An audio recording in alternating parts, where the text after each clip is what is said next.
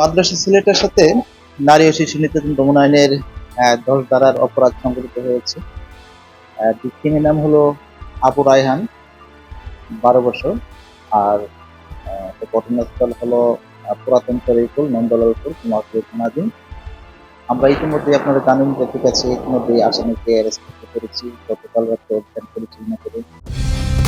Colour expert, George sap এবং mild on hands technology সমৃদ্ধ Orix crystal wash আপনার laundry expert. রাজবাড়ী পাংশা থানা থেকে আসামি নির্ধারিত রাত্রে 3:30টায় আসামিকে গ্রেপ্তার করেছে এবং প্রাথমিক জিজ্ঞাসাবাদে আসামিকে ঘটনার সত্যতা পাওয়া গেছে এবং তদন্ত করেছে। এই বিষয়ে আইনগত পদক্ষেপ হিসেবে আমরা আসামিকে যোগ্য আদালতে বিচারের নিমিত্তে সোপর্দ করেছি।